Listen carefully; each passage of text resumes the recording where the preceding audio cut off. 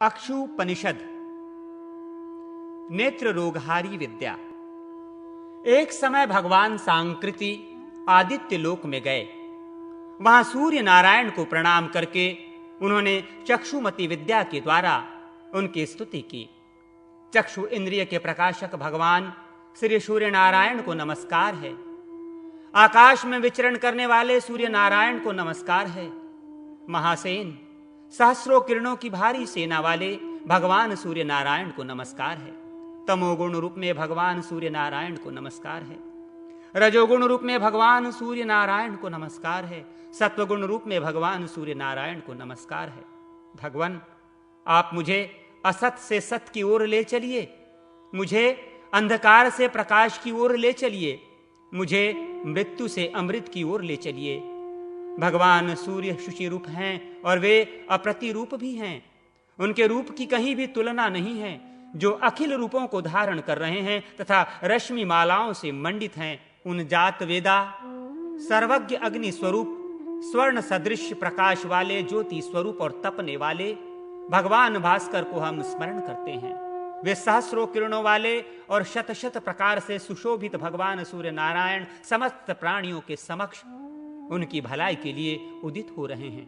जो हमारे नेत्रों के प्रकाश हैं, उन अदिति नंदन भगवान श्री सूर्य को नमस्कार है। दिन का भार वहन करने वाले विश्ववाहक सूर्य देव के प्रति हमारा सब कुछ सादर समर्पित है।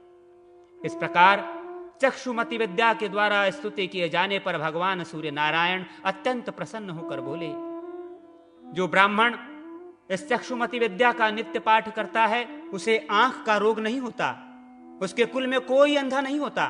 8 ब्राह्मणों को इसका ग्रहण करा देने पर इस विद्या की सिद्धि होती है। जो इस प्रकार जानता है वो महान हो जाता है। संक्षिप्त भविष्य पुराण ब्राह्म पर्व। व्यास शिष्य महर्षि सुमंतु एवं राजा शतानिक का संवाद। भविष्य पुराण की महिमा एवं परंपरा, सृष्टि वर्णन, चारों वेद, पुराण एवं चारों वर्णों की उत्पत्ति, चतुर्विध सृष्टि, काल गणना, युगों की संख्या, उनके धर्म तथा संस्कार। बद्रिकाश्रम निवासी प्रसिद्ध ऋषि श्री नारायण तथा श्री नर अंतर्यामी नारायण स्वरूप भगवान श्री कृष्ण तथा उनके नित्य सखा नर स्वरूप नरश्रेष्ठ अर्जुन, उनकी लीला प्रकट करने वाली भगवती सरस्वती और उनकी लीलाओं के वक्ता महर्षि वेदव्यास को नमस्कार कर जय। आसुरी संपत्तियों का नाश करके अनंत कारण पर दैवी संपत्तियों को विजय प्राप्त कराने वाले वाल्मीकि रामायण, महाभारत एवं अन्य सभी इतिहास पुराणादि सदग्रंथों का पाठ करना चाहिए। पराशर के पुत्र तथा सत्यवती के हृदय को आनंदित करने वाले भगवान व्यास की जय हो, जिनके मुख कमल से निःसृत अमृतमयी वाणी का यह संपूर्ण विश्व पान करता है। वेदादि शास्त्रों के जानने वाले तथा अनेक विषयों के मर्मज्ञ विद्वान ब्राह्मण को स्वर्ण जटित सिंगों वाली सैकड़ों गौओं को दान देने से जो पुण्य प्राप्त होता है, ठीक उतना ही पुण्य इस भविष्य महापुराण की उत्तम कथाओं के श्रवण करने से प्राप्त होता है। एक समय व्यास जी के शिष्य महर्षि सुमंतु तथा वशिष्ठ पराशर, जैमिनी, याज्ञवल्क्य, गौतम, वैशंपायन, शौनक, अंगिरा और भारद्वाजादि महर्षिगण पांडव वंश में समुत्पन्न महाबलशाली राजा शतानिक की सभा में गए। राजा ने उन ऋषियों का अर्ध्यादि से विधिवत स्वागत सत्कार किया और उन्हें उत्तम आसनों पर बैठाया तथा भली भांति उनका पूजन कर विनय पूर्वक इस प्रकार प्रार्थना की, हे महात्माओं, आप लोगों के आगमन से मेरा जन्म सफल हो गया। आप लोगों के स्मरण मात्र से ही मनुष्य पवित्र हो जाता है। फिर आप लोग मुझे दर्शन देने के लिए यहां पधारे हैं, अतः आज मैं धन्य हो गया। आप लोग कृपा करके मुझे उन पवित्र एवं पुण्यमयी धर्मशास्त्र की कथाओं को सुनाएं, जिनके सुनने से मुझे परम गति की प्राप्ति हो। ऋषियों ने कहा, हे राजन, इस विषय में आप हम सब के गुरु साक्षात नारायण स्वरूप भगवान वेदव्यास से निवेदन करें। वे कृपालु हैं, सभी प्रकार के शास्त्रों के और विद्याओं के ज्ञाता हैं, जिनके श्रवण मात्र से मनुष्य सभी पातकों से मुक्त हो जाता है, उस महाभारत ग्रंथ के रचयिता भी यही हैं। राजा शतानीक ने ऋषियों के कथनानुसार सभी शास्त्रों के जानने वाले भगवान वेदव्यास से प्रार्थना पूर्वक जिज्ञासा की, प्रभो, मुझे आप धर्ममयी पुण्य कथाओं का श्रवण कराएं, जिससे मैं पवित्र हो जाऊं और इस संसार सागर से मेरा उद्धार हो जाए। व्यास जी ने कहा, राजन, ये मेरा शिष्य सुमंतु महान तेजस्वी एवं समस्त शास्त्रों का ज्ञाता है, ये आपकी जिज्ञासा को पूर्ण करेगा। मुनियों ने भी इस बात का अनुमोदन किया। तदनंतर राजा शतानिक ने महामुनि सुमंतु से उपदेश करने के लिए प्रार्थना की, हे द्विजश्रेष्ठ, आप कृपा कर उन पुण्यमयी कथाओं का वर्णन करें जिनके सुनने से सभी पाप नष्ट हो जाते हैं और शुभ फलों की प्राप्ति होती है। महामुनि सुमंतु बोले, राजन, धर्मशास्त्र सबको पवित्र करने वाले हैं, उनके सुनने से मनुष्य सभी पापों से मुक्त हो जाता है। बताओ, तुम्हारी क्या सुनने की इच्छा है? राजा शतानिक ने कहा, ब्राह्मण देव, वे कौन से धर्मशास्त्र हैं जिनके सुनने से मनुष्य पापों से मुक्त हो जाता है? सुमंतु मुनि बोले, राजन, मनु, विष्णु, यम, अंगिरा, वशिष्ठ, दक्ष, संवर्त, शातातप, पराशर, आबा स्तंभ, उष्णा, कात्यायन, बृहस्पति, गौतम, शंख, लिखित, हारीत तथा अत्रि आदि ऋषियों द्वारा रचित मनवादि बहुत से धर्मशास्त्र हैं। इन धर्मशास्त्रों को सुनकर एवं उनके रहस्यों को भली भांति हृदयंगम कर मनुष्य देवलोक में जाकर परम आनंद को प्राप्त करता है, इसमें कोई संदेह नहीं है। शतानिक ने कहा, प्रभो, जिन धर्मशास्त्रों को आपने कहा है इन्हें मैंने सुना है, अब इन्हें पुनः सुनने की इच्छा नहीं है। कृपा कर आप चारों वर्णों के कल्याण के लिए जो उपयुक्त धर्मशास्त्र हो उसे मुझे बताएं। सुमंतु मुनि बोले, हे महाबाहो, संसार में निमग्न प्राणियों के उद्धार के लिए 18 महापुराण, श्री राम कथा तथा महाभारत आदि सदग्रंथ 9 का रूपी साधन है। 18 महापुराणों तथा 8 प्रकार के व्याकरणों को भली भांति समझकर सत्यवती के पुत्र वेदव्यास जी ने महाभारत संहिता की रचना की, जिसके सुनने से मनुष्य ब्रह्म हत्या के पापों से मुक्त हो जाता है। इनमें 8 प्रकार के व्याकरण ये हैं: ब्राह्म्य, ऐन्द्र, याम्य, रौद्र, वायव्य, वारुण, सावित्र्य तथा वैष्णव। ब्रह्म, पद्म, विष्णु, शिव, भागवत, नारदीय, मार्कंडेय, अग्नि, भविष्य, ब्रह्म वैवर्त्य, लिंग, वाराह, स्कंद, वामन, कूर्म, मत्स्य, गरुड़ तथा ब्रह्मांड, ये 18 महापुराण हैं। ये सभी चारों वर्णों के लिए उपकारक है। इसमें से आप क्या सुनना चाहते हैं? राजा शतानिक ने कहा, हे विप्र, मैंने महाभारत सुना है तथा श्री राम कथा भी सुनी है, अन्य पुराणों को भी सुना है, किंतु भविष्य पुराण नहीं सुना है। अतः विप्र श्रेष्ठ, आप भविष्य पुराण को मुझे सुनाएं। इस विषय में मुझे महत कौतूहल है। सुमंतु मुनि बोले, राजन, आपने बहुत उत्तम बात पूछी है।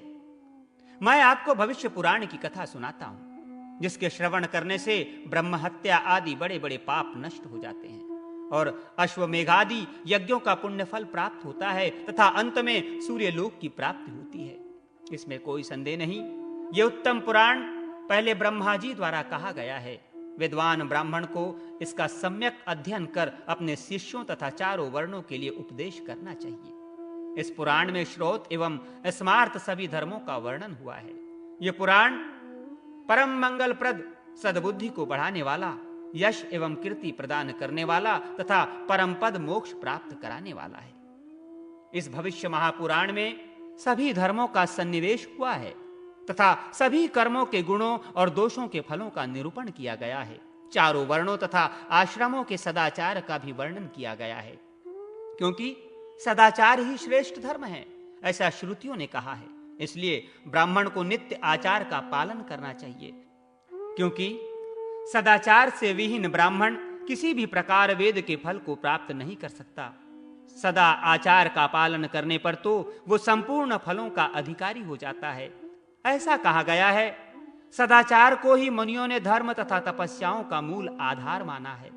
मनुष्य इसी का आश्रय लेकर धर्माचरण करते हैं। इस प्रकार इस भविष्य महापुराण में आचार का वर्णन किया गया है। तीनों लोकों की उत्पत्ति, विवाह आदि संस्कार विधि, स्त्री पुरुषों के लक्षण, देव पूजा का विधान, राजाओं के धर्म एवं कर्तव्य का निर्णय, सूर्य नारायण, विष्णु, रुद्र, दुर्गा तथा सत्यनारायण का महात्म्य एवं पूजा विधान, विविध तीर्थों का वर्णन, आप धर्म तथा प्रायश्चित विधि, संध्या विधि, स्नान, तर्पण, वैश्वदेव, भोजन विधि, जाति धर्म, कुल धर्म, वेद धर्म तथा यज्ञ मंडल में अनुष्ठित होने वाले विविध यज्ञों का वर्णन हुआ है। हे क्रूर श्रेष्ठ शतानिक, इस महापुराण को ब्रह्मा जी ने शंकर को, शंकर ने विष्णु को, विष्णु ने नारद को, नारद ने इंद्र को, इंद्र ने पराशर को तथा पराशर ने व्यास को सुनाया और व्यास से मैंने प्राप्त किया।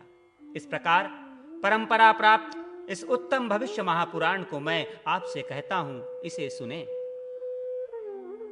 इस भविष्य महापुराण की श्लोक संख्या 50,000 है।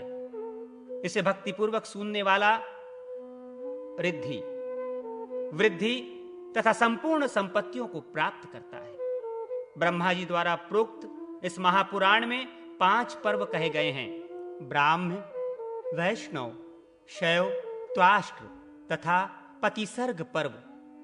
पुराण के सर्ग, प्रतिसर्ग, वंश, मनवंतर तथा वंशानुचरित ये 5 लक्षण बताए गए हैं तथा इसमें 14 विद्याओं का भी वर्णन है। 14 विद्याएं इस प्रकार है: 4 वेद, ऋक्, यजुः, साम, अथर्व, 6 वेदांग, शिक्षा, कल्प, निरुक्त, व्याकरण, छंद, ज्योतिष, मीमांसा, न्याय, पुराण तथा धर्मशास्त्र, आयुर्वेद, धनुर्वेद, गांधर्व वेद तथा अर्थशास्त्र। इन चारों को मिलाने से 18 विद्याएं होती हैं। सुमंतु मुनि पुनः बोले, हे राजन, अब मैं भूतसर्ग अर्थात समस्त प्राणियों की उत्पत्ति का वर्णन करता हूं, जिसके सुनने से सभी पापों की निवृत्ति हो जाती है और मनुष्य परम शांति को प्राप्त करता है। हे तात, पूर्व काल में यह सारा संसार अंधकार से व्याप्त था। कोई पदार्थ दृष्टिगत नहीं होता था, अविज्ञेय था, अतर्क था, प्रसुप्त सा था। उस समय सूक्ष्म अतीन्द्रिय और सर्वभूतमय उस परम ब्रह्म परमात्मा भगवान भास्कर ने अपने शरीर से नानाविध सृष्टि करने की इच्छा की और सर्वप्रथम परमात्मा ने जल को उत्पन्न किया तथा उसमें अपने वीर्य रूप शक्ति का आधान किया। इससे देवता, असुर, मनुष्य आदि संपूर्ण जगत उत्पन्न हुआ। वो वीर्य जल में गिरने से अत्यंत प्रकाशमान सुवर्ण का अंड हो गया। उस अंड के मध्य से सृष्टिकर्ता चतुर्मुख लोक पितामह ब्रह्मा जी उत्पन्न हुए। नर, भगवान से जल की उत्पत्ति हुई है, इसलिए जल को नार कहते हैं। वो नार जिसका पहले अयन स्थान हुआ उसे नारायण कहते हैं। ये सत्सद्रूप अव्यक्त एवं नित्य कारण है। इनसे जिस पुरुष विशेष की सृष्टि हुई वे लोक में ब्रह्मा के नाम से प्रसिद्ध हुए। ब्रह्मा जी ने दीर्घ काल तक तपस्या की और उस अंड के 2 भाग कर दिए। एक भाग से भूमि और दूसरे से आकाश की रचना की। मध्य में स्वर्ग, 8 दिशाओं तथा वरुण का निवास स्थान अर्थात समुद्र बनाया। फिर महदादि तत्वों की तथा सभी प्राणियों की रचना की। परमात्मा ने सर्वप्रथम आकाश को उत्पन्न किया और फिर क्रम से वायु, अग्नि, जल और पृथ्वी इन तत्वों की रचना की। सृष्टि के आदि में ही ब्रह्मा जी ने उन सब के नाम और कर्म वेदों के निर्देशानुसार ही नियत कर उनकी अलग अलग संस्थाएं बना दी। देवताओं के तुषित आदि गण, ज्योतिष्ठोम आदि, सनातन यज्ञ, ग्रह, नक्षत्र, नदी, समुद्र, पर्वत, सम एवं विषम, भूमि आदि उत्पन्न कर काल के विभागों, संवत्सर, दिन, मास आदि और ऋतुओं आदि की रचना की। काम, क्रोध आदि की रचना कर विविध कर्मों के सद्विवेक के लिए धर्म और अधर्म की रचना की और नानाविध प्राणी जगत की सृष्टि कर उनको सुख दुख, हर्ष शोक आदि द्वंद्वों से संयुक्त किया। जो कर्म जिसने किया तदनुसार उनकी इंद्र, चंद्र, सूर्य आदि पदों पर नियुक्ति हुई।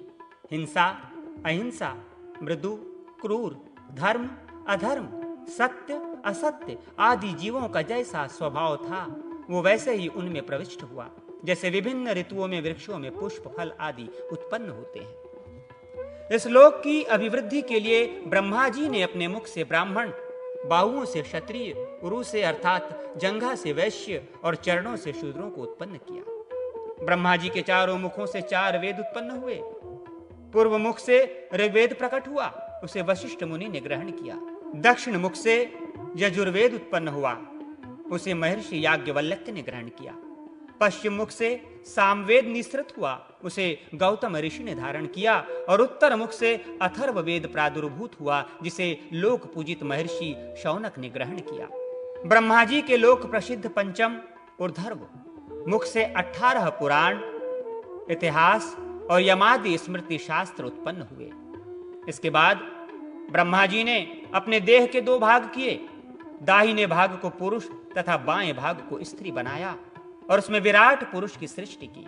उस विराट पुरुष ने नाना प्रकार की सृष्टि रचने की इच्छा से बहुत काल तक तपस्या की और सर्वप्रथम 10 ऋषियों को उत्पन्न किया, जो प्रजापति कहलाए।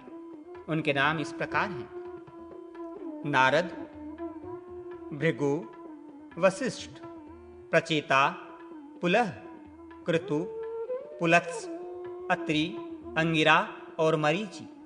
इसी प्रकार अन्य महातेजस्वी ऋषि भी उत्पन्न हुए। अनंतर देवता, ऋषि, दैत्य और राक्षस, पिशाच, गंधर्व, अप्सरा, पितर, मनुष्य, नाग, सर्प आदि योनियों के अनेक गण उत्पन्न किए और उनके रहने के स्थानों को बनाया। विद्युत, मेघ, वज्र, इंद्रधनुष, धूमकेतु, उच्छल तारे, उल्का, निर्घात, बादलों की गड़गड़ाहट और छोटे बड़े नक्षत्रों को उत्पन्न किया। मनुष्य, किन्नर, अनेक प्रकार के मत्स्य, वराह, पक्षी, हाथी, घोड़े, पशु, मृग, कृमि, कीट, पतंग आदि छोटे बड़े जीवों को उत्पन्न किया। इस प्रकार उन भास्कर देव ने त्रिलोकी की रचना की। हे राजन, इस सृष्टि की रचना कर सृष्टि में जिन जिन जीवों का जो जो कर्म और क्रम कहा गया है उसका मैं वर्णन करता हूं, आप सुने। हाथी, व्याल, मृग और विविध पशु, पिशाच, मनुष्य तथा राक्षस आदि जरायुज गर्भ से उत्पन्न होने वाले प्राणी हैं। मत्स्य, कछुए, सर्प, मगर तथा अनेक प्रकार के पक्षी अंडज, अंडे से उत्पन्न होने वाले हैं। मक्खी, मच्छर, जूं, खटमल आदि जीव स्वदेजक हैं, अर्थात पसीने की उष्मा से उत्पन्न होते हैं। भूमि को उद्वेद कर उत्पन्न होने वाले वृक्ष, औषधियां आदि उद्दिज सृष्टि हैं। जो फल के पकने तक रहें और पीछे सूख जाएं या नष्ट हो जाएं तथा बहुत फूल और फल वाले वृक्ष हैं, वे औषधि कहलाते हैं। और जो पुष्प के आए बिना ही फलते हैं, वे वनस्पति हैं तथा जो फूलते और फलते हैं, उन्हें वृक्ष कहते हैं। इसी प्रकार गुल्म, वल्ली, वेतान आदि भी अनेक भेद होते हैं। ये सब बीज से अथवा कांडस से अर्थात वृक्ष की छोटी सी शाखा से काटकर भूमि में गाड़ देने से उत्पन्न होते हैं। वृक्ष आदि भी चेतना शक्ति संपन्न हैं और इन्हें सुख दुख का ज्ञान रहता है, परंतु पूर्व जन्म के कर्मों के कारण तमोगुण से आच्छन्न रहते हैं। इसी कारण मनुष्यों की भांति बातचीत आदि करने में समर्थ नहीं हो पाते। इस प्रकार ये अचिंत चराचर जगत भगवान भास्कर से उत्पन्न हुआ है। जब वो परमात्मा निद्रा का आश्रय ग्रहण कर शयन करता है, तब ये संसार उसमें लीन हो जाता है, और जब निद्रा का त्याग करता है अर्थात जागता है, तब सब सृष्टि उत्पन्न होती है और समस्त जीव पूर्व कर्मानुसार अपने अपने कर्मों में प्रवृत्त हो जाते हैं। वो अव्यय परमात्मा संपूर्ण चराचर संसार को जागृत और शयन दोनों अवस्था द्वारा बार बार उत्पन्न और विनिष्ट करता रहता है। परमेश्वर कल्प के प्रारंभ में सृष्टि और कल्प के अंत में प्रलय करते हैं। कल्प परमेश्वर का दिन है, इस कारण परमेश्वर के दिन में सृष्टि और रात्रि में प्रलय होता है। हे राजा शतानिक, अब आप काल गणना को सुने। 18 निमेष, पलक गिरने के समय को निमेष कहते हैं। कि एक काष्ठा होती है, अर्थात जितने समय में 18 बार पलकों का गिरना हो उतने काल को काष्ठा कहते हैं। 30 काष्ठा की एक कला, 30 कला का एक क्षण, 12 क्षण का एक मुहूर्त, 30 मुहूर्त का एक दिन रात, 30 दिन रात का एक महीना, 2 महीनों की एक ऋतु, 3 ऋतु का एक अयन तथा 2 अयनों का एक वर्ष होता है। इस प्रकार सूर्य भगवान के द्वारा दिन रात्रि का काल विभाग होता है। संपूर्ण जीव रात्रि को विश्राम करते हैं और दिन में अपने अपने कर्म में प्रवृत्त होते हैं। पितरों का दिन रात मनुष्यों के 1 महीने के बराबर होता है, अर्थात शुक्ल पक्ष में पितरों की रात्रि और कृष्ण पक्ष में दिन होता है। देवताओं का 1 अहोरात्र दिन रात मनुष्यों के 1 वर्ष के बराबर होता है, अर्थात उत्तरायण दिन और दक्षिणायन रात्रि कही जाती है। हे राजन, अब आप ब्रह्मा जी के रात दिन और एक एक युग के प्रमाण को सुने। सत्ययुग 4000 वर्ष का है, उसके संध्यांश के 400 वर्ष तथा संध्या के 400 वर्ष मिलाकर इस प्रकार 4800 दिव्य वर्षों का एक सतयुग होता है।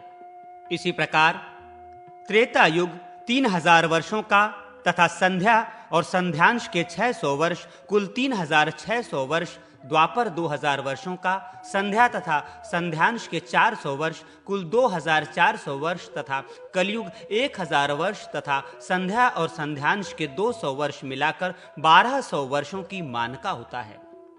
ये दिव्य वर्ष मिलाकर 12000 दिव्य वर्ष होते हैं। यही देवताओं का एक युग कहलाता है। देवताओं के 1000 युग होने से ब्रह्मा जी का एक दिन होता है और यही प्रमाण उनकी रात्रि का है। जब ब्रह्मा जी अपनी रात्रि के अंत में सोकर उठते हैं तब सत असत रूप मन को उत्पन्न करते हैं। वो मन सृष्टि करने की इच्छा से विकार को प्राप्त होता है, तब उससे प्रथम आकाश तत्व उत्पन्न होता है। आकाश का गुण शब्द कहा गया है। विकार युक्त आकाश से सब प्रकार के गंध को वहन करने वाले पवित्र वायु की उत्पत्ति होती है, जिसका गुण स्पर्श है। इसी प्रकार विकारवान वायु से अंधकार का नाश करने वाला प्रकाश युक्त तेज उत्पन्न होता है, जिसका गुण रूप है। विकारवान तेज से जल, जिसका गुण रस है, और जल से गंध गुण वाली पृथ्वी उत्पन्न होती है। इसी प्रकार सृष्टि का क्रम चलता रहता है। पूर्व में 12000 दिव्य वर्षों का जो एक दिव्य युग बताया गया है, वैसे ही 71 युग होने से एक मनवंतर होता है। ब्रह्मा जी के एक दिन में 14 मनवंतर व्यतीत होते हैं।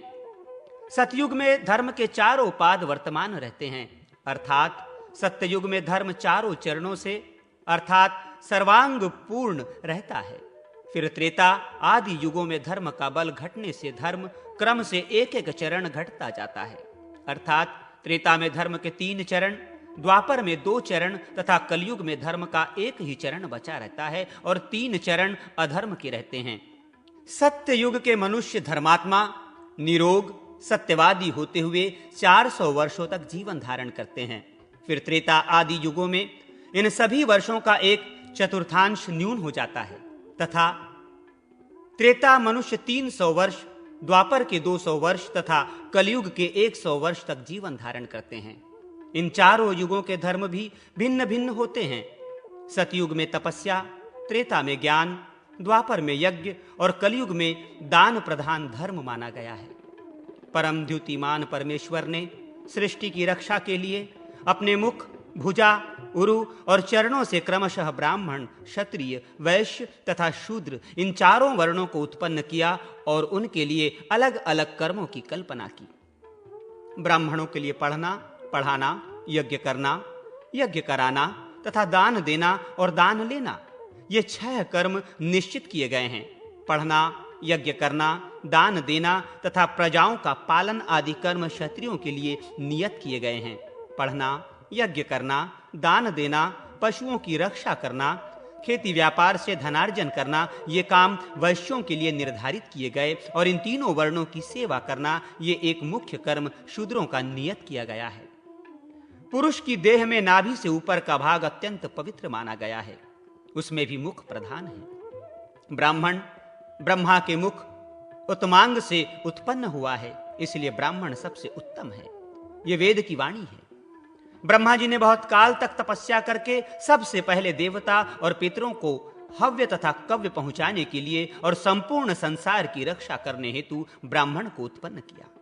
शिरोभाग से उत्पन्न होने और वेद को धारण करने के कारण संपूर्ण संसार का स्वामी धर्मतः ब्राह्मण ही है। सब भूतों, स्थावर, जंगम रूप पदार्थ में प्राणी, कीट आदि श्रेष्ठ हैं। प्राणियों में बुद्धि से व्यवहार करने वाले पशु आदि श्रेष्ठ हैं। बुद्धि रखने वाले जीवों में मनुष्य श्रेष्ठ हैं और मनुष्यों में ब्राह्मण, ब्राह्मणों में विद्वान, विद्वानों में कृतबुद्धि और कृतबुद्धियों में कर्म करने वाले तथा इनसे ब्रह्मवेत्ता, ब्रह्मज्ञानी श्रेष्ठ हैं। ब्राह्मण का जन्म धर्म संपादन करने के लिए है और धर्माचरण से ब्राह्मण ब्रह्मत्व तथा ब्रह्मलोक को प्राप्त करता है। राजा शतानिक ने पूछा, हे महामुने, ब्रह्मलोक और ब्रह्मत्व अति दुर्लभ हैं, फिर ब्राह्मण में कौन से ऐसे गुण होते हैं जिनके कारण वो इन्हें प्राप्त करता है? कृपा कर आप इसका वर्णन करें। सुमंतु मुनि बोले, हे राजन, आपने बहुत ही उत्तम बात पूछी है। मैं आपको वे बातें बताता हूं, उन्हें ध्यानपूर्वक सुने। जिस ब्राह्मण के वेदादि शास्त्रों में निर्दिष्ट गर्भाधान, पुष्पन आदि 48 संस्कार विधि पूर्वक हुए हों, वही ब्राह्मण ब्रह्मलोक और ब्रह्मत्व को प्राप्त करता है। संस्कार ही ब्रह्मत्व प्राप्ति का मुख्य कारण है, इसमें कोई संदेह नहीं। राजा शतानिक ने पूछा, महात्मन, वे संस्कार कौन से हैं? इस विषय में मुझे महान कौतूहल हो रहा है, कृपा कर आप इन्हें बताएं। सुमंतु जी बोले, राजन, वेदादि शास्त्रों में जिन संस्कारों का निर्देश हुआ है उनका मैं वर्णन करता हूं। गर्भाधान, पुंसवन, सीमंतोनयन, जातकर्म, नामकरण, अन्नप्राशन, चूड़ाकर्म, उपनयन, 4 प्रकार के वेदव्रत, वेद स्नान, विवाह, पंच महायज्ञ, जिनसे देवता, पितरों, मनुष्य, भूत और ब्रह्म की तृप्ति होती है, सतपाक यज्ञ संस्था, अष्टक्वादय, पावर्ण, श्रावणी, आग्रायणी, चैत्री, शुलगव तथा आश्वयुजी, सप्तविहुरुज संस्था, अग्रायधान, अग्निहोत्र, दर्श पौर्णिमास, चातुर्मास्य, निरूढ़ पशुबंध, सौत्रामणि और सप्त सोम संस्था, अग्निष्ठोम, अग्नेष्टोम, उकथ्य, षोडशी, वाजपेय, अतिरात्र और आप्तोर्याग, ये 40 ब्राह्मण के संस्कार हैं। इनके साथ ही ब्राह्मण में 8 आत्मगुण भी अवश्य होने चाहिए, जिससे ब्रह्म की प्राप्ति होती है। ये 8 गुण इस प्रकार हैं।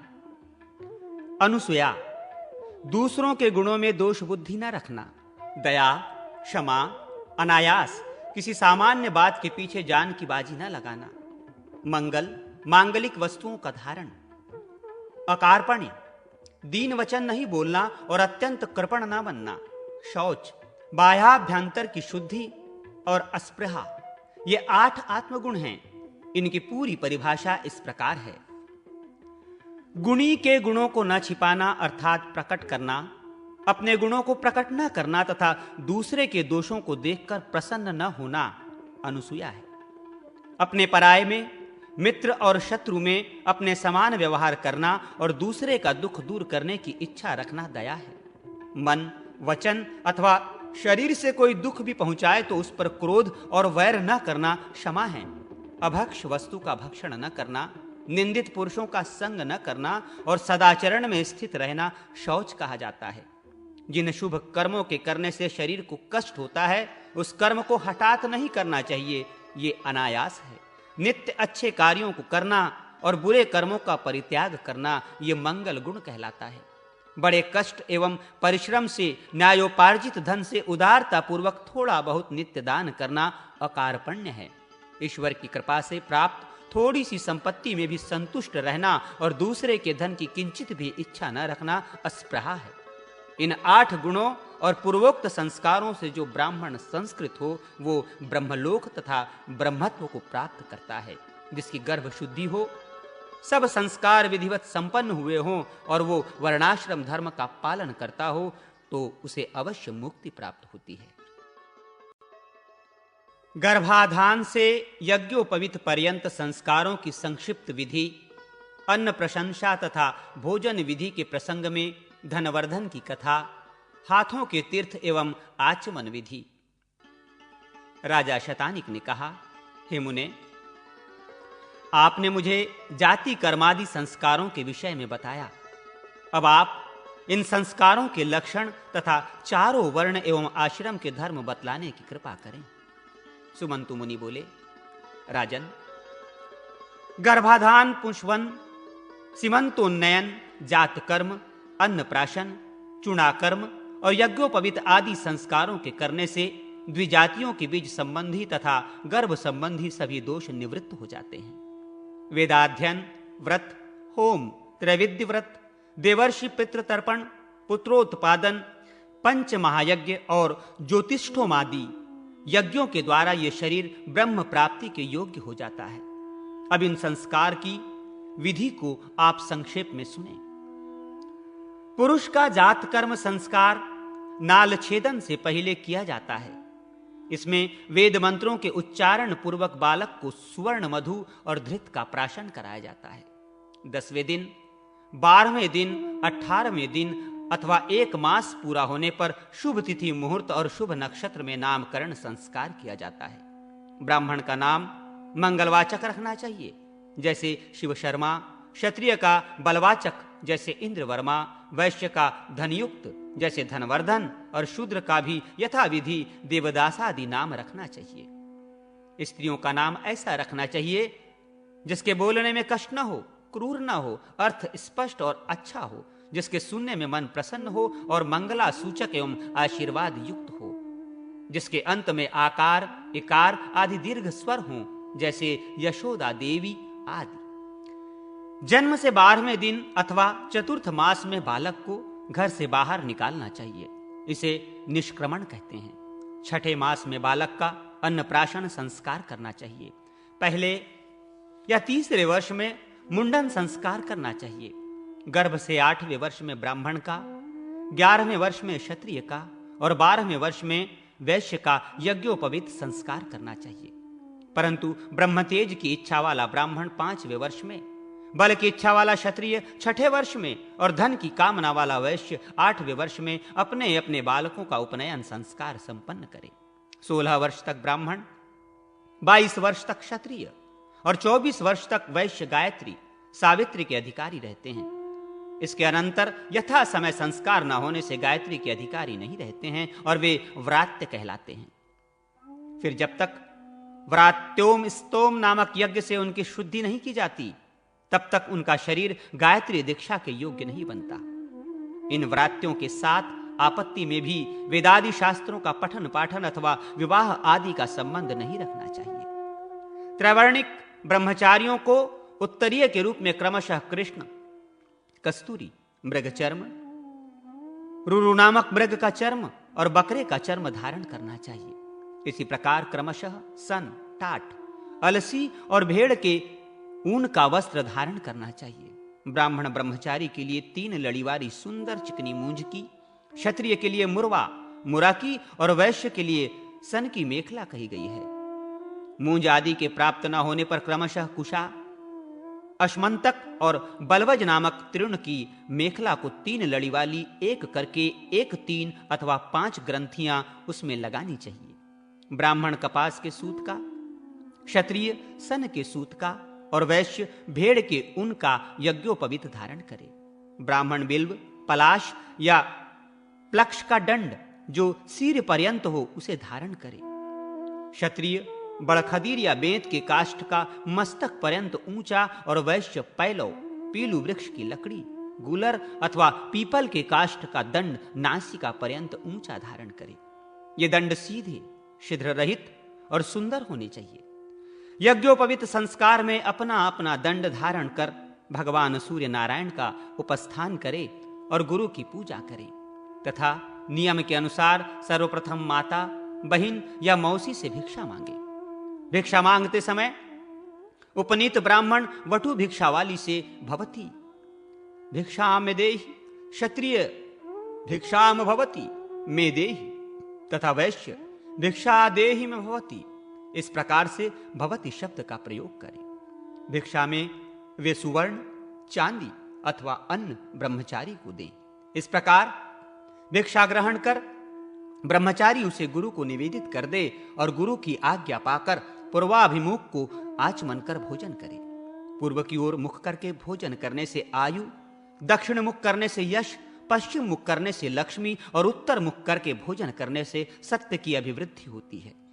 एकाग्रचित हो उत्तम अन्न का भोजन करने के अनंतर आचमन कर अंगों, आंख, कान, नाक का जल से स्पर्श करे। अन्न की नित्य स्तुति करनी चाहिए और अन्न की निंदा किए बिना भोजन करना चाहिए। उसका दर्शन कर संतुष्ट एवं प्रसन्न होना चाहिए। हर्ष से भोजन करना चाहिए। पूजित अन्न के भोजन से बल और तेज की वृद्धि होती है और निंदित अन्न के भोजन से बल और तेज दोनों की हानि होती है। इसलिए सर्वदा उत्तम अन्न का भोजन करना चाहिए। उच्छिष्ट जूठा किसी को नहीं देना चाहिए तथा स्वयं भी किसी का उच्छिष्ट नहीं रखना चाहिए। भोजन करके जिस अन्न को छोड़ दे उसे फिर ग्रहण न करे, अर्थात बार बार छोड़ छोड़ कर भोजन न करे। एक बार बैठकर तृप्ति पूर्वक भोजन कर लेना चाहिए। जो पुरुष बीच बीच में विच्छेद करके लोभवश भोजन करता है उसके दोनों लोक नष्ट हो जाते हैं, जैसे धनवर्धन वैश्य के हुए थे। राजा शतानिक ने पूछा, महाराज आप धनवर्धन वैश्य की कथा सुनाइए। उसने कैसा भोजन किया और उसका क्या परिणाम हुआ? सुमंतु मुनि ने कहा, राजन,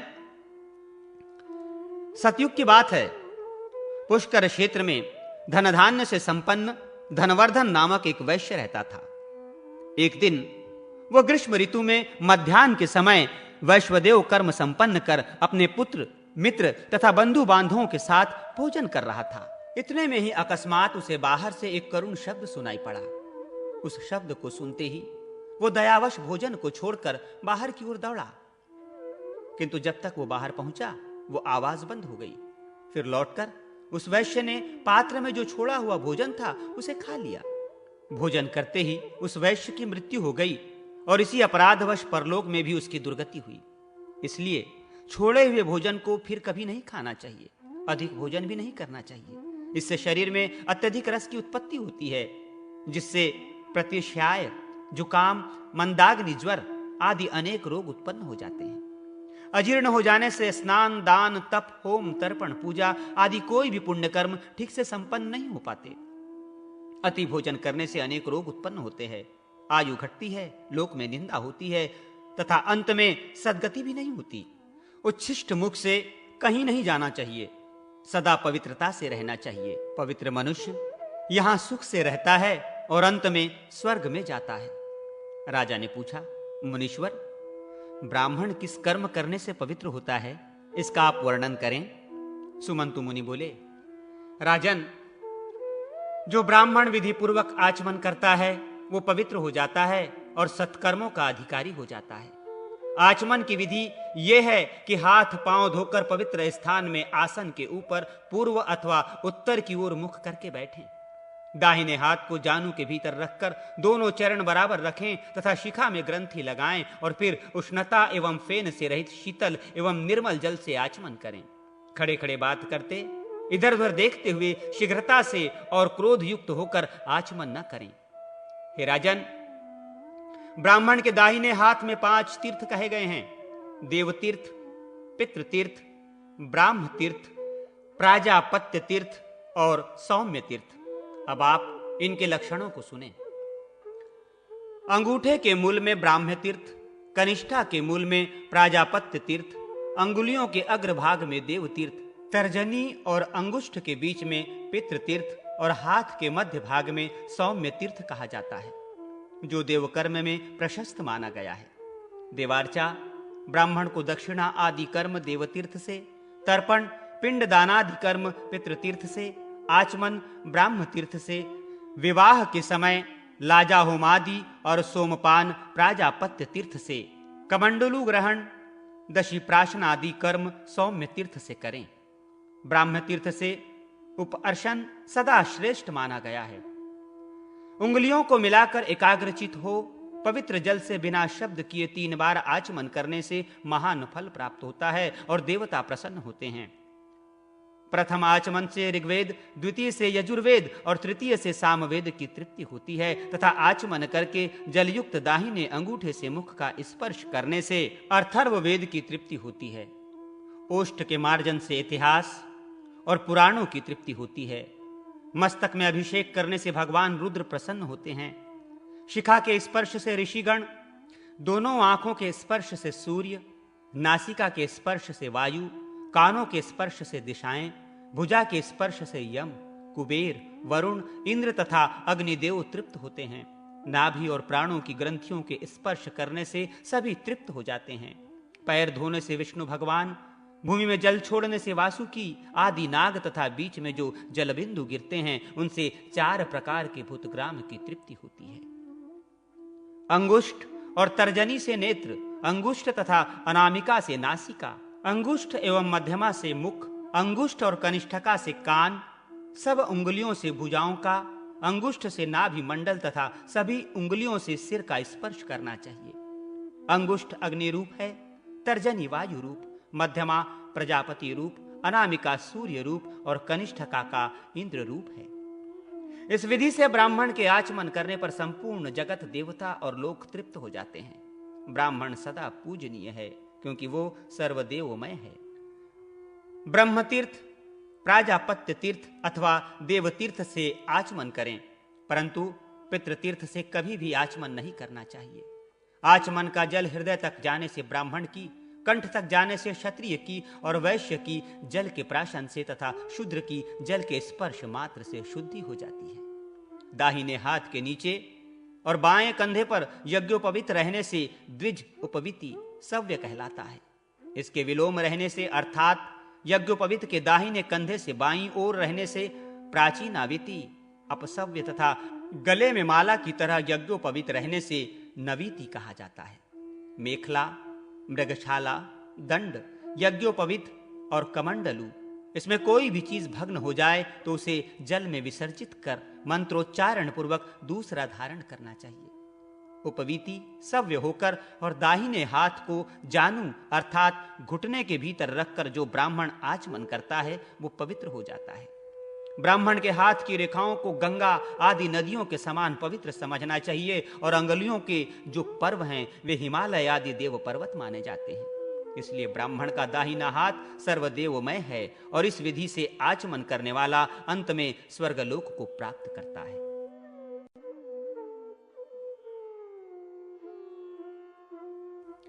वेदाध्ययन विधि, ओमकार तथा गायत्री महात्म्य, आचार्यादि लक्षण, ब्रह्मचारी धर्म निरूपण, अभिवादन विधि, स्नातक की महिमा में अंगिरा पुत्र का आख्यान, माता पिता और गुरु की महिमा।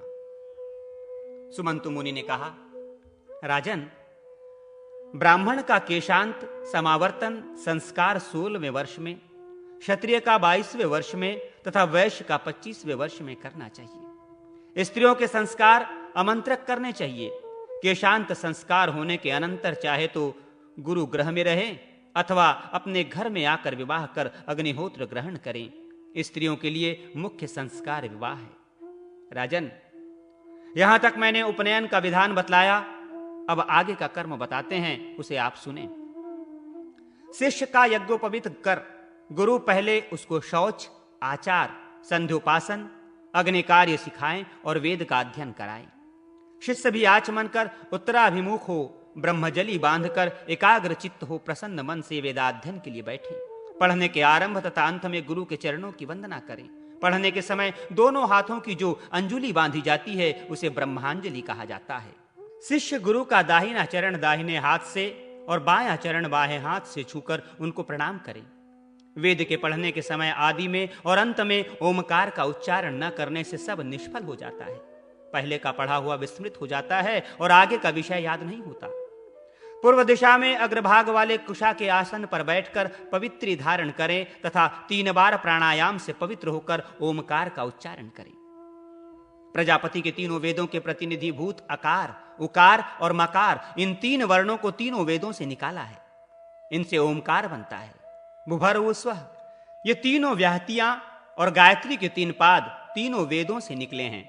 इसलिए जो ब्राह्मण ओमकार तथा व्याहतीय पूर्वक त्रिपदा गायत्री का दोनों संध्याओं में जाप करता है वो वेद पाठ के पुण्य को प्राप्त करता है।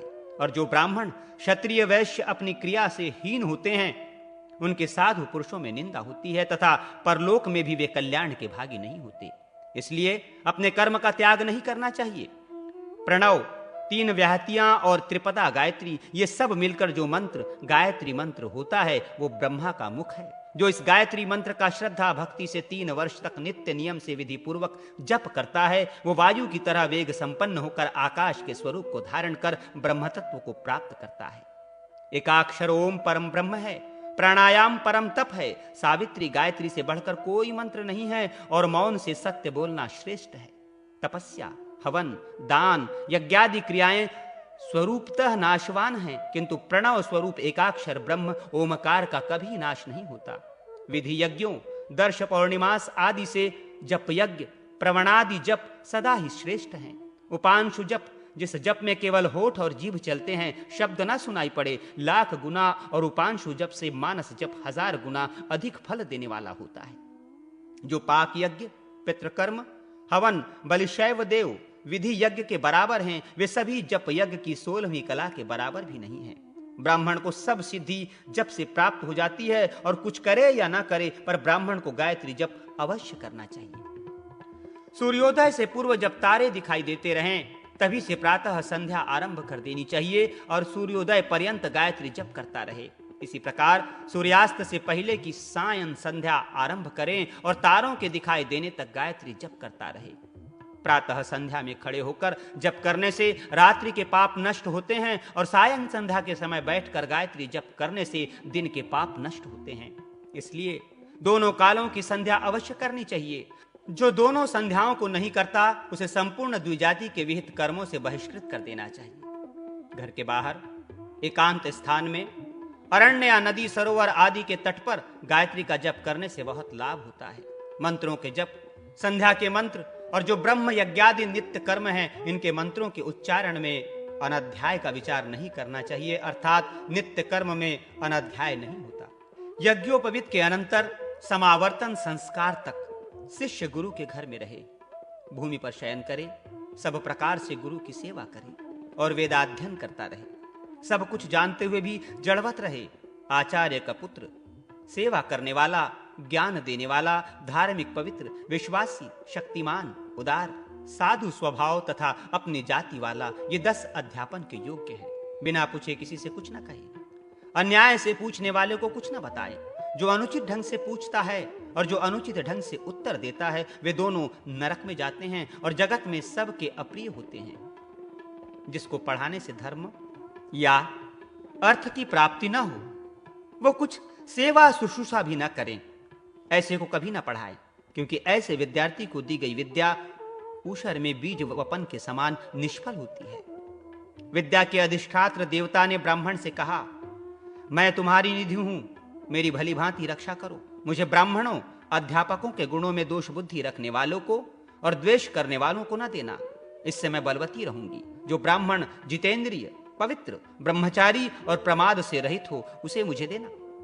जो गुरु की आज्ञा के बिना वेद शास्त्र आदि को स्वयं ग्रहण करता है, वो अति भयंकर रौरव और नरक को प्राप्त होता है। जो लौकिक, वैदिक अथवा आध्यात्मिक ज्ञान दे, उसे सर्वप्रथम प्रणाम करना चाहिए। जो केवल गायत्री जानता हो पर शास्त्र की मर्यादा में रहे, वो सबसे उत्तम है। किंतु सभी वेदादि शास्त्रों को जानते हुए भी मर्यादा में न रहे और भक्षाभक्ष का कुछ भी विचार न करे तथा सभी वस्तुओं को बेचे, वो अधम है। गुरु के आगे शैया अथवा आसन पर न बैठे।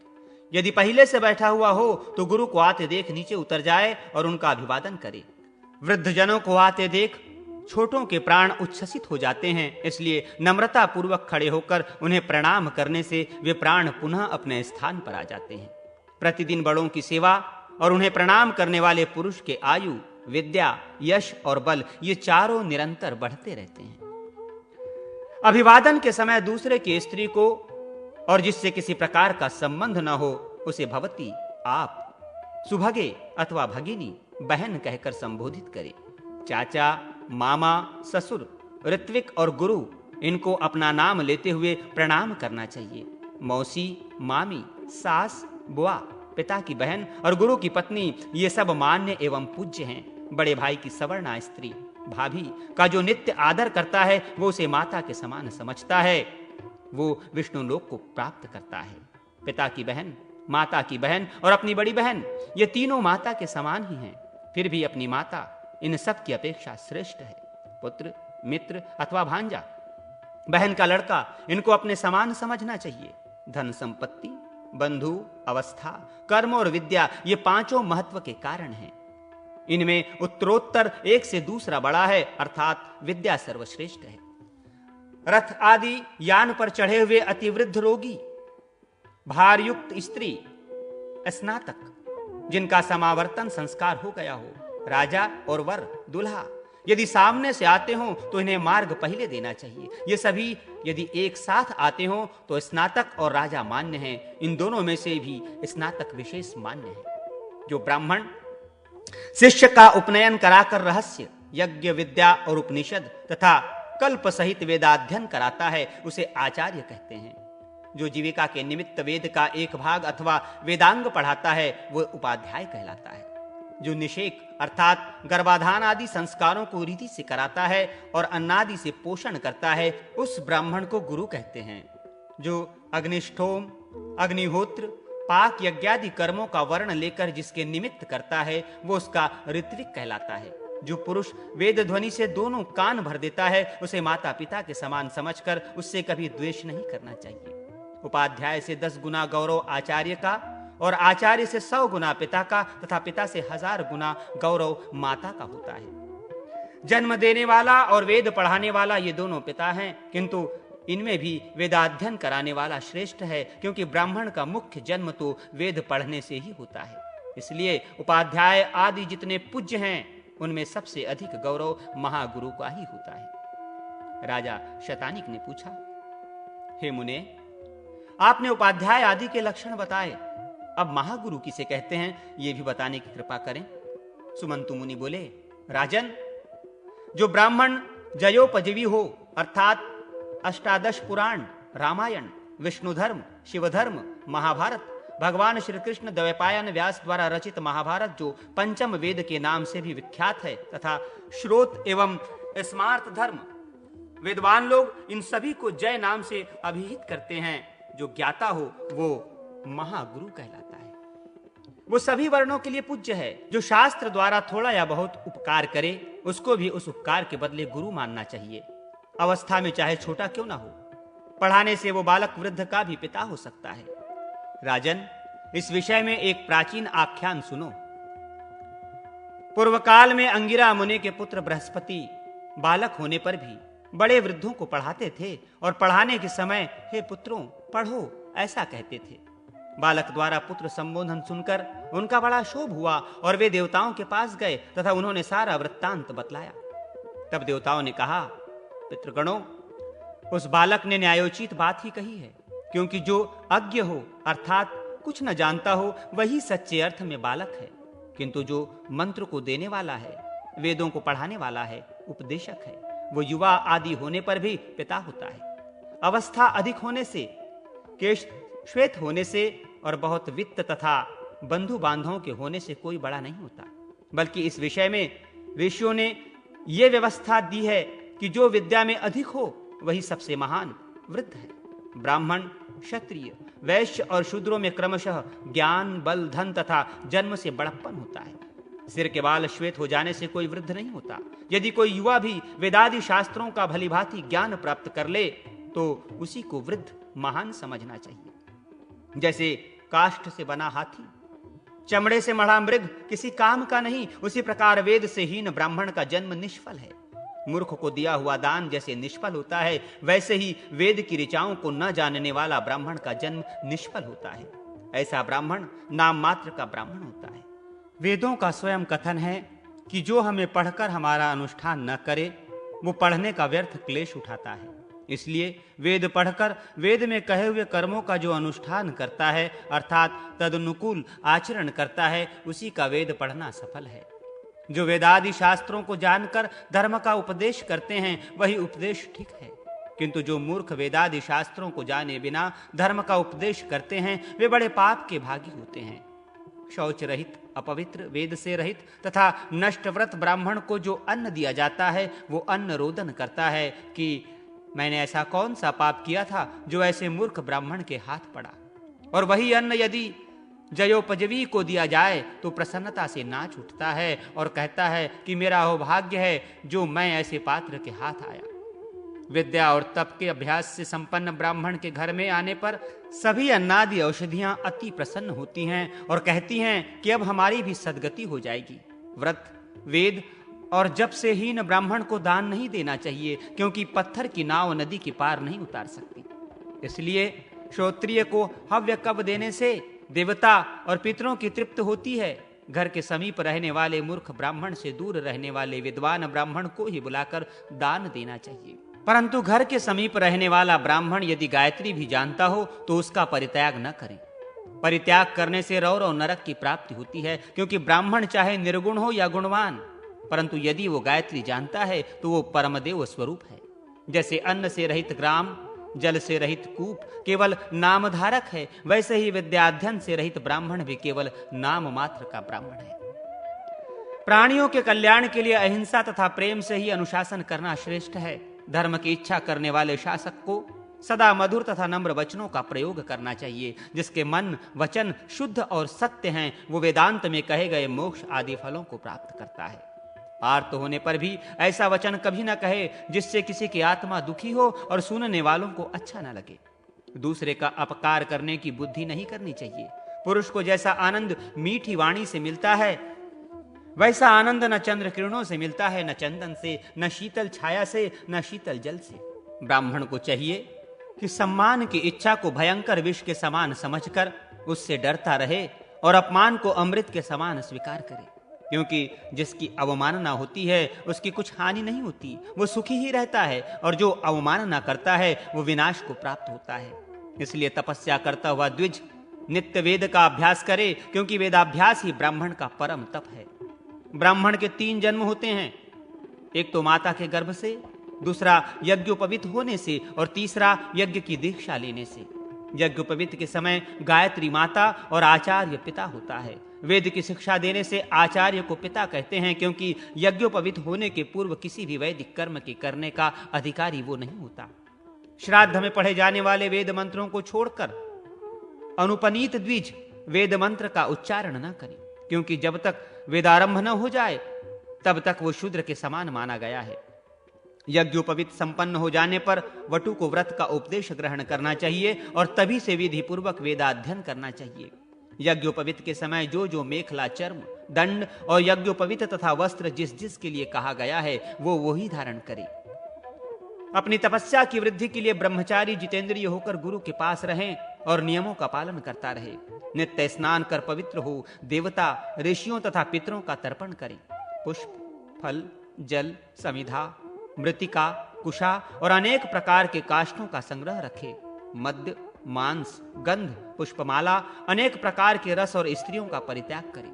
प्राणियों की हिंसा, शरीर में उबटन, अंजन लगाना, जूता और छत्र धारण करना, गीत सुनना, नाच देखना, जुआ खेलना, झूठ बोलना, निंदा करना, स्त्रियों के समीप बैठना और काम, क्रोध तथा लोभादि के वशीभूत होना इत्यादि बातें ब्रह्मचारी के लिए निषिद्ध है। उसे संयम पूर्वक एकाकी रहना चाहिए। वो जल, पुष्प, गौ का गोबर, मृतिका और कुशा तथा आवश्यकता अनुसार भिक्षा नित्य लाए। जो पुरुष अपने कर्मों में तत्पर हों और वेदादि शास्त्रों को पढ़ें तथा यज्ञादि में श्रद्धावान हों, ऐसे गृहस्थों के घर से ही ब्रह्मचारी को भिक्षा ग्रहण करनी चाहिए। गुरु के कुल में और अपने पारिवारिक बंधु बांधवों के घरों से भिक्षा न मांगे। यदि भिक्षा अन्यत्र न मिले तो इनके घर से भी भिक्षा ग्रहण करें, किंतु जो महापातकी हो उनकी भिक्षा न ले। नित्य समिधा लाकर सायंकाल और प्रातःकाल हवन करें। भिक्षा मांगने के समय वाणी संयमित रखें। ब्रह्मचारी के लिए भिक्षा का अन्न मुख्य है, एक का अन्न नित्य न ले। भिक्षावृत्ति से रहना उपवास के बराबर माना गया है। यह धर्म केवल ब्राह्मण के लिए कहा गया है, क्षत्रिय और वैश्य के धर्म में कुछ भेद है। ब्रह्मचारी गुरु के सम्मुख हाथ जोड़कर खड़ा रहे। जब गुरु की आज्ञा हो तब बैठे, परंतु आसन पर न बैठे। गुरु के उठने से पूर्व उठे, सोने के पश्चात सोए। गुरु के सम्मुख अति नम्रता से बैठे। परोक्ष में गुरु का नाम उच्चारण न करें। किसी भी बात में गुरु का अनुकरण अर्थात नकल न करें। गुरु की निंदा न करें और जहां निंदा होती हो, आलोचना होती हो, वहां से उठकर चला जाए अथवा कान बंद कर ले। वाहन पर चढ़ा हुआ गुरु का अभिवादन न करे, अर्थात वाहन से उतरकर प्रणाम करे। गुरु के साथ एक वाहन, शिला, नौकायन आदि पर बैठ सकता है। गुरु के गुरु तथा श्रेष्ठ संबंधी जनों एवं गुरु पुत्र के साथ गुरु के समान ही व्यवहार करें। गुरु की सवर्णा स्त्री को गुरु के समान ही समझे, परंतु गुरु पत्नी के उपटन लगाना, स्नान आदि कराना, चरण दबाना आदि क्रियाएं निषिद्ध हैं। माता, बहन या बेटी के साथ एक आसन पर न बैठे, क्योंकि बलवान इंद्रियों का समूह विद्वान को भी अपनी ओर खींच लेता है। जिस प्रकार भूमि को खोदते खोदते जल मीठा हो जाता है, उसी प्रकार सेवा शुश्रूषा करते करते गुरु से विद्या मिल जाती है। मुंडन कराए हूं, जटाधारी हूं अथवा शिखी बड़ी शिखाओं से युक्त हो, चाहे जैसा भी ब्रह्मचारी हो, उसको गांव में रहते हुए सूर्योदय और सूर्यास्त नहीं होना चाहिए। अर्थात जल के तट अथवा निर्जन स्थान पर जाकर दोनों संध्याओं में संध्या वंदन करना चाहिए। जिसके सोते सोते सूर्योदय अथवा सूर्यास्त हो जाए, वो महान पाप का भागी होता है और बिना प्रायश्चित कुरुक्ष व्रत के शुद्ध नहीं होता। माता, पिता, भाई और आचार्य का विपत्ति में भी अनादर न करें। आचार्य ब्रह्मा की मूर्ति है, पिता प्रजापति की, माता पृथ्वी की तथा भाई आत्म मूर्ति है, इसलिए इनका सदा आदर करना चाहिए। प्राणियों की उत्पत्ति में तथा पालन पोषण में माता पिता को जो क्लेश सहन करना पड़ता है, उस क्लेश का बदला वे 100 वर्षों में भी सेवा करके नहीं चुका पाते। इसलिए माता पिता और गुरु की सेवा नित्य करनी चाहिए। इन तीनों के संतुष्ट हो जाने से सब प्रकार के तपों का फल प्राप्त हो जाता है। इनके शुश्रूषा ही परम तप कहा गया है। इन तीनों की आज्ञा के बिना किसी अन्य धर्म का आचरण नहीं करना चाहिए। ये ही तीनों लोक हैं, ये ही तीनों आश्रम हैं, ये ही तीनों वेद हैं और ये ही तीनों अग्नियां हैं। माता ग्राह्य पत्य नामक अग्नि है, पिता दक्षिणाग्नि स्वरूप है और गुरु आवहनीय अग्नि है। जिस पर ये तीनों प्रसन्न हो जाएं, वो तीनों लोकों पर विजय प्राप्त कर लेता है और दीप्यमान होते हुए देवलोक में देवताओं की भांति सुख भोग करता है। पिता की भक्ति से इहलोक, माता की भक्ति से मध्यलोक और गुरु की सेवा से इंद्रलोक प्राप्त होता है। जो इन तीनों की सेवा करता है, उसके सभी धर्म सफल हो जाते हैं और जो इनका आदर नहीं करता, उनकी सभी क्रियाएं निष्फल होती हैं। जब तक ये तीनों जीवित रहते हैं, तब तक इनकी नित्य सेवा शुश्रूषा तथा इनका हित करना चाहिए। इन तीनों की सेवा शुश्रूषा रूपी धर्म में पुरुष का संपूर्ण कर्तव्य पूरा हो जाता है। यही साक्षात धर्म है, अन्य सभी उपधर्म कहे गए हैं। उत्तम विद्या अधम पुरुषों में हो तो भी उससे ग्रहण कर लेनी चाहिए। इसी प्रकार चांडाल से भी मोक्ष धर्म की शिक्षा, नीच कुल से भी उत्तम स्त्री, विष से भी सदाचार और अपवित्र स्थान से भी सुवर्ण ग्रहण कर लेना चाहिए। उत्तम स्त्री, रत्न, विद्या, धर्म, शौच, सुभाषित तथा अनेक प्रकार के शिल्प जहां से भी प्राप्त हों, ग्रहण कर लेने चाहिए। गुरु के शरीर त्याग पर्यंत जो गुरु की सेवा करता है, वो श्रेष्ठ ब्रह्मलोक को प्राप्त करता है। पढ़ने के समय गुरु को कुछ देने की इच्छा न करें, किंतु पढ़ने के अनंतर गुरु की आज्ञा पाकर भूमि, सुवर्ण, गौ, घोड़ा, शस्त्र, उपानह, धान्य, शाक तथा वस्त्र आदि अपनी शक्ति के अनुसार गुरु दक्षिणा के रूप में देनी चाहिए। जब गुरु का देहांत हो जाए, तब गुणवान गुरुपुत्र गुरु की स्त्री और गुरु के भाइयों के साथ गुरु के समान ही व्यवहार करना चाहिए। इस प्रकार जो अविच्छिन्न रूप से ब्रह्मचारी धर्म का आचरण करता है, वो ब्रह्मलोक को प्राप्त करता है। सुमंतु मुनि पुनः बोले, हे राजन, इस प्रकार मैंने ब्रह्मचारी धर्म का वर्णन किया। ब्राह्मण का उपनयन वसंत में, क्षत्रिय का ग्रीष्म में और वैश्य का शरद ऋतु में प्रशस्त माना गया है। अब गृहस्थ धर्म का वर्णन सुने। विवाह संस्कार के उपक्रम में स्त्रियों के शुभ और अशुभ लक्षणों का वर्णन तथा आचरण की श्रेष्ठता। सुमंतु मुनि बोले, राजन, गुरु के आश्रम में ब्रह्मचर्य व्रत का पालन करते हुए स्नातक को वेदाध्ययन कर गृहस्थाश्रम में प्रवेश करना चाहिए। घर आने पर उस ब्रह्मचारी को पहले पुष्पमाला पहनाकर शैया पर बिठाकर उसका मधुपर्क विधि से पूजन करना चाहिए। तब गुरु से आज्ञा प्राप्त कर उसे शुभ लक्षणों से युक्त सजातीय कन्या से विवाह करना चाहिए। राजा शतानिक ने पूछा, हे मुनिवर, आप प्रथम स्त्रियों के लक्षणों का वर्णन करें और यह भी बताएं कि किन लक्षणों से युक्त कन्या शुभ होती है। सुमंतु मुनि बोले, राजन, पूर्व काल में ऋषियों के पूछने पर ब्रह्मा जी ने स्त्रियों के जो उत्तम लक्षण कहे हैं, उन्हें मैं संक्षेप में बतलाता हूं, आप ध्यान देकर सुने।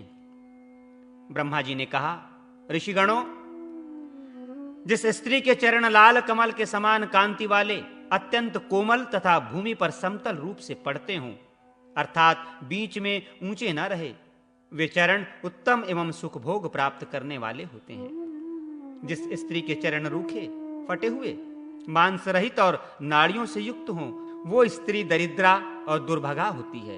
यदि पैर की उंगलियां परस्पर मिली हों, सीधी, गोल, स्तिग्न और सूक्ष्म नखों से युक्त हों, तो ऐसी स्त्री अत्यंत ऐश्वर्य को प्राप्त करने वाली और राजमहिषी होती है। छोटी उंगलियां आयु को बढ़ाती हैं, परंतु छोटी और विरल अंगुलियां धन का नाश करने वाली होती है। जिस स्त्री के हाथ की रेखाएं गहरी, स्तिग्न और रक्त वर्ण की होती है, वो सुख भोगने वाली होती है। इसके विपरीत टेढ़ी और टूटी हुई हो तो वो दरिद्र होती है। जिसके हाथ में कनिष्ठा के मूल से तर्जनी तक पूरी रेखा चली जाए, तो ऐसी स्त्री 100 वर्ष तक जीवित रहती है, और यदि न्यून हो तो आयु कम होती है। जिस स्त्री के हाथ की उंगलियां गोल, लंबी, पतली, मिलाने पर छिद्र रहित, कोमल तथा रक्तवर्ण की हो, वो स्त्री अनेक सुख भोगों को प्राप्त करती है। जिसके नख बंधु जीव पुष्प के समान लाल एवं ऊंचे और स्तिग्न हो, वो ऐश्वर्य को प्राप्त करती है, तथा रूखे, टेढ़े, अनेक प्रकार के रंग वाले अथवा श्वेत या नीले पीले नखों वाली स्त्री दुर्भाग्य और दारिद्र्य को प्राप्त होती है। जिस स्त्री के हाथ फटे हुए हों, रूखे और विषम अर्थात ऊंचे नीचे एवं छोटे बड़े हों, वो कष्ट भोगती है। जिस स्त्री की अंगुलियों के पर्वों में समान रेखा हो अथवा यव का चिन्ह होता है, उसे अपार सुख तथा अक्षय धन्य धान्य प्राप्त होता है।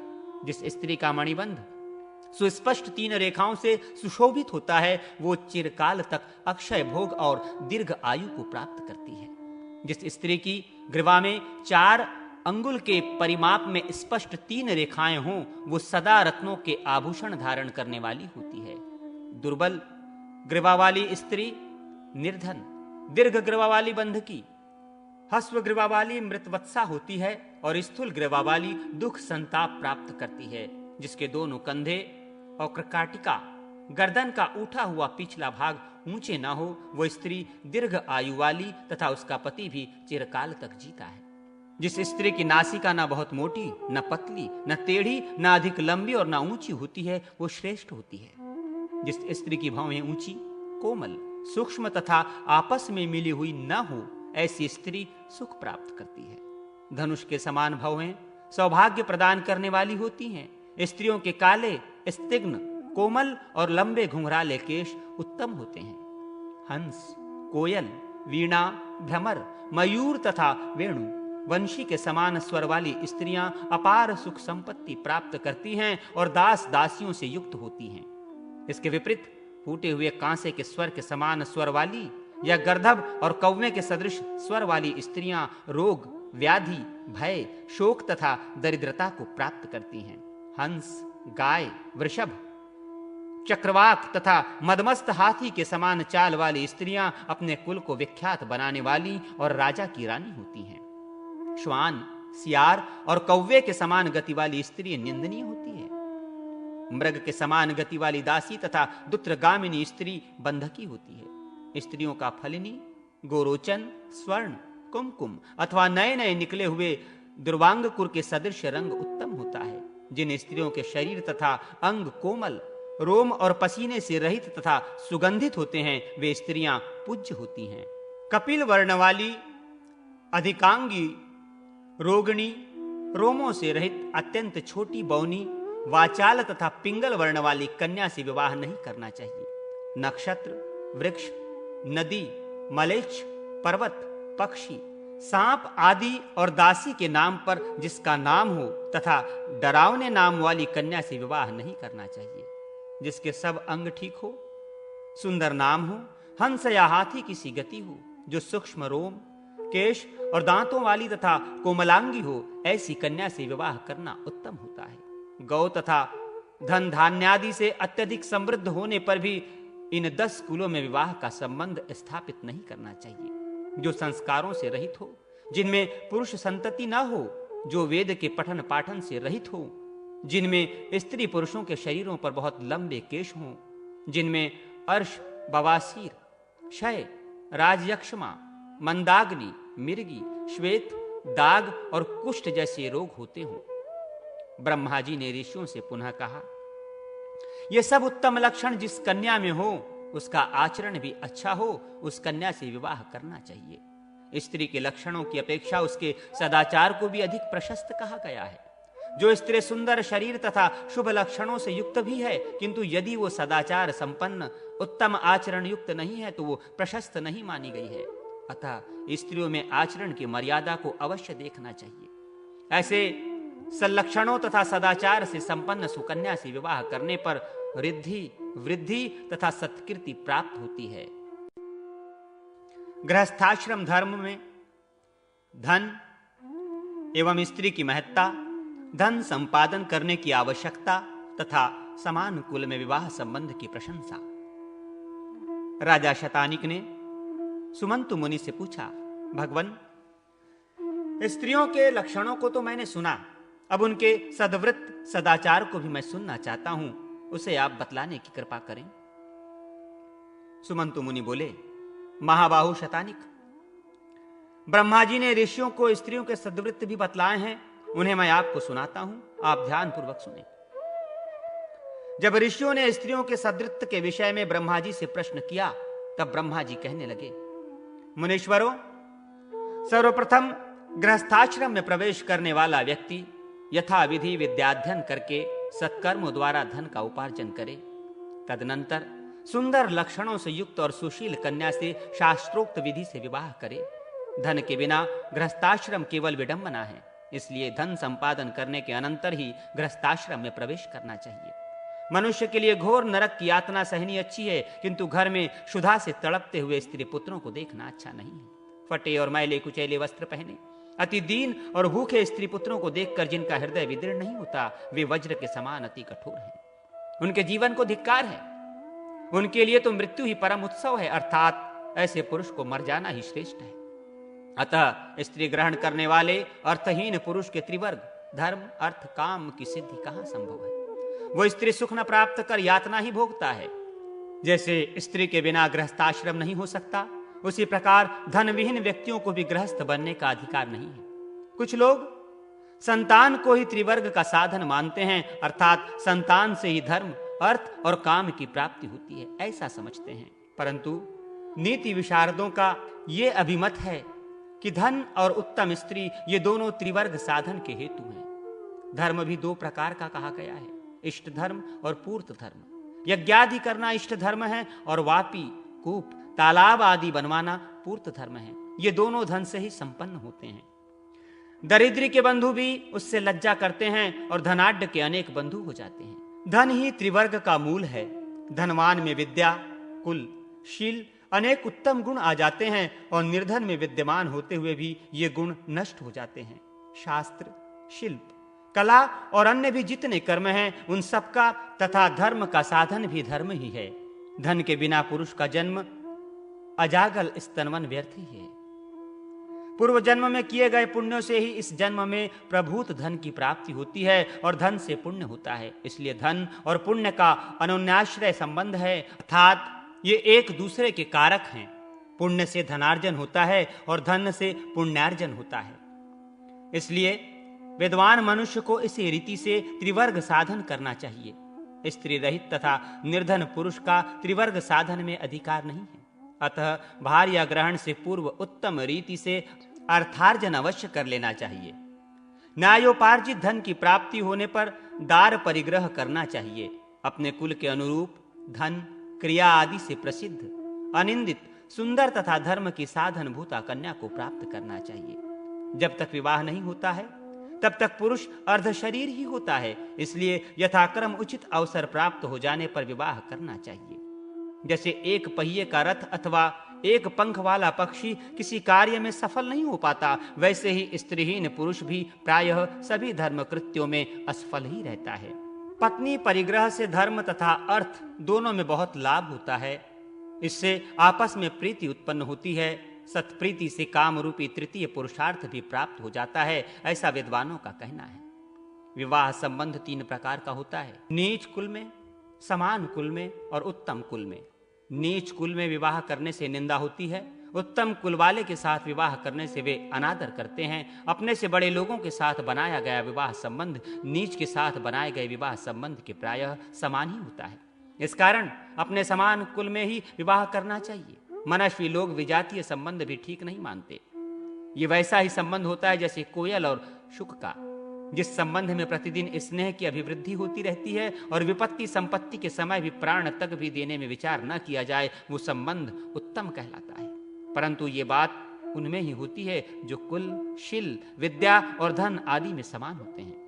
मनुष्यों के स्नेह और कृतज्ञता की परीक्षा विपत्ति में ही होती है। इसलिए विवाह और परामर्श समान के साथ ही करना चाहिए, अपने से बड़े तथा छोटे के साथ नहीं। इसी से अच्छी मित्रता रहती है। विवाह संबंधी तत्वों का निरूपण, विवाह योग्य कन्या के लक्षण, 8 प्रकार के विवाह, ब्रह्मावर्त, आर्यावर्त आदि उत्तम देशों का वर्णन। ब्रह्मा जी बोले, मुनीश्वरों, जो कन्या माता की सपिंड अर्थात माता की 7 पीढ़ी के अंतर्गत की न हो तथा पिता के समान गोत्र की न हो, वो द्विजातियों के विवाह संबंध तथा संतानोत्पादन के लिए प्रशस्त मानी गई है। जिस कन्या के भाई न हो और जिसके पिता के संबंध में कोई जानकारी न हो, ऐसी कन्या से पुत्री का धर्म की आशंका से बुद्धिमान पुरुष को विवाह नहीं करना चाहिए। धर्म साधन के लिए चारों वर्णों को अपने अपने वर्ण की कन्या से विवाह करना श्रेष्ठ कहा गया है।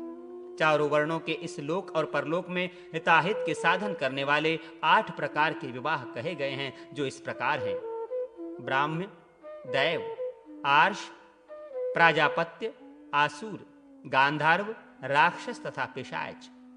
अच्छे शील स्वभाव वाले उत्तम कुल के वर को स्वयं बुलाकर उसे अलंकृत और पूजित कर कन्या देना ब्रह्म विवाह है। यज्ञ में सम्यक प्रकार से कर्म करते हुए ऋत्विज को अलंकृत कर कन्या देने को दैव विवाह कहते हैं। वर से 1 या 2 जोड़े गाय बैल धर्मार्थ लेकर विधि पूर्वक कन्या देने को आर्ष विवाह कहते हैं। तुम दोनों एक साथ गृहस्थ धर्म का पालन करो, ये कहकर पूजन करके जो कन्यादान किया जाता है वो प्राजापत्य विवाह कहलाता है।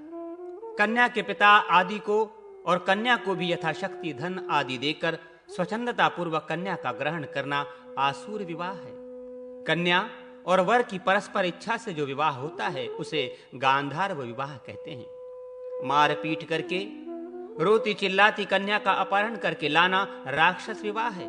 सोई हुई मद से मतवाली या जो कन्या पागल हो गई हो उसे गुप्त रूप से उठा ले आना, ये पैशाच नामक अधम कोटि का विवाह है। ब्राह्म्य विवाह से उत्पन्न धर्माचार्य पुत्र 10 पीढ़ी आगे और 10 पीढ़ी पीछे के कुलों का तथा 21वां अपना भी उद्धार करता है। दैव विवाह से उत्पन्न पुत्र 7 पीढ़ी आगे तथा 7 पीढ़ी पीछे, इस प्रकार 14 पीढ़ियों का उद्धार करने वाला होता है।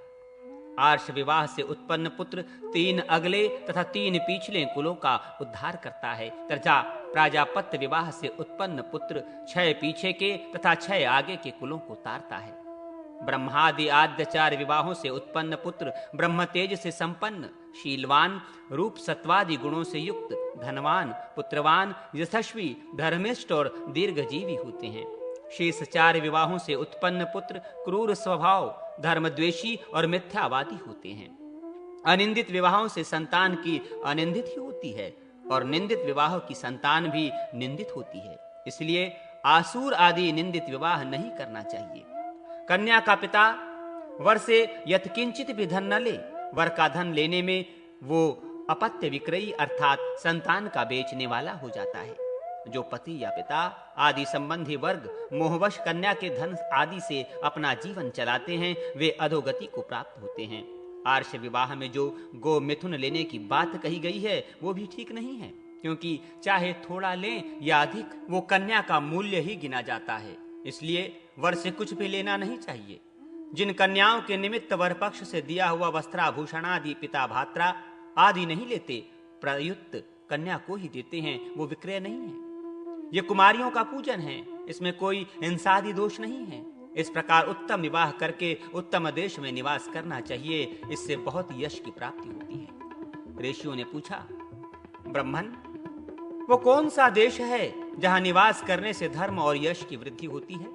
ब्रह्मा जी बोले, मुनीश्वरों, जिस देश में धर्म अपने चारों चरणों के साथ रहे, जहां विद्वान लोग निवास करते हों और सारे व्यवहार शास्त्रोक्त रीति से संपन्न हो, वही देश उत्तम और निवास करने योग्य है। ऋषियों ने पूछा, महाराज, विद्वान जिस शास्त्रोक्त आचरण को ग्रहण करते हैं और धर्मशास्त्र में जैसी विधि निर्दिष्ट की गई है उसे हमें बतलाएं। हमें इस विषय में महान कौतूहल हो रहा है। ब्रह्मा जी बोले, राग द्वेष से रहित सज्जन एवं विद्वान जिस धर्म का नित्य अपने शुद्ध अंतःकरण से आचरण करते हैं उसे आप सुने। इस संसार में किसी वस्तु की कामना करना श्रेष्ठ नहीं है। वेदों का अध्ययन करना और वेद विहित कर्म करना ही काम्य है। संकल्प से कामना उत्पन्न होती है। वेद पढ़ना, यज्ञ करना, व्रत नियम, धर्म आदि कर्म सब संकल्प मूलक ही है।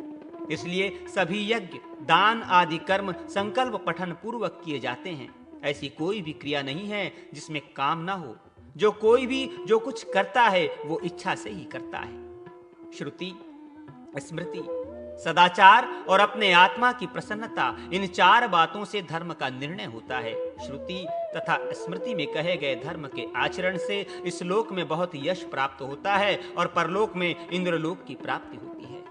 श्रुति वेद को कहते हैं और स्मृति धर्मशास्त्र का नाम है। इन दोनों से सभी बातों का चार करें, क्योंकि धर्म की जड़ ये ही है। जो धर्म के मूल इन दोनों का तर्क आदि के द्वारा अपमान करता है उसे सत्पुरुषों को तिरस्कृत कर देना चाहिए, क्योंकि वो वेद निंदक होने से नास्तिक ही है। जिनके लिए मंत्रों द्वारा गर्भाधान से शमशान तक संस्कार की विधि कही गई है, उन्हीं लोगों को वेद तथा जप में अधिकार है। सरस्वती तथा दृश्यदती, इन दो देव नदियों के बीच का जो देश है वो देवताओं द्वारा बनाया गया है। उसे ब्रह्मावर्त कहते हैं। उस देश में चारों वर्ण और उपवर्णों में जो आचार परंपराओं से चला आया है उसका नाम सदाचार है।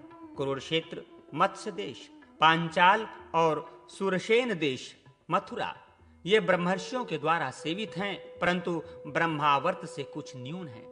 इन देशों में उत्पन्न हुए ब्राह्मणों से सब देश के मनुष्य अपना अपना आचार सीखते हैं। हिमालय और विंध्य पर्वत के बीच विनशन से पूर्व और प्रयाग से पश्चिम तक जो देश है उसे मध्य देश कहते हैं। इन्हीं दोनों पर्वतों के बीच पूर्व समुद्र से पश्चिम समुद्र तक जो देश है वो आर्यावत कहलाता है। जिस देश में कृष्णसार मृग अपनी इच्छा से नित्य विचरण करे वो देश यज्ञ करने योग्य होता है। इन शुभ देशों में ब्राह्मण को निवास करना चाहिए। इससे भिन्न मलेच्छ देश है। हे मुनीश्वरों, इस प्रकार मैंने ये देश व्यवस्था आप सबको संक्षेप में सुनाई है।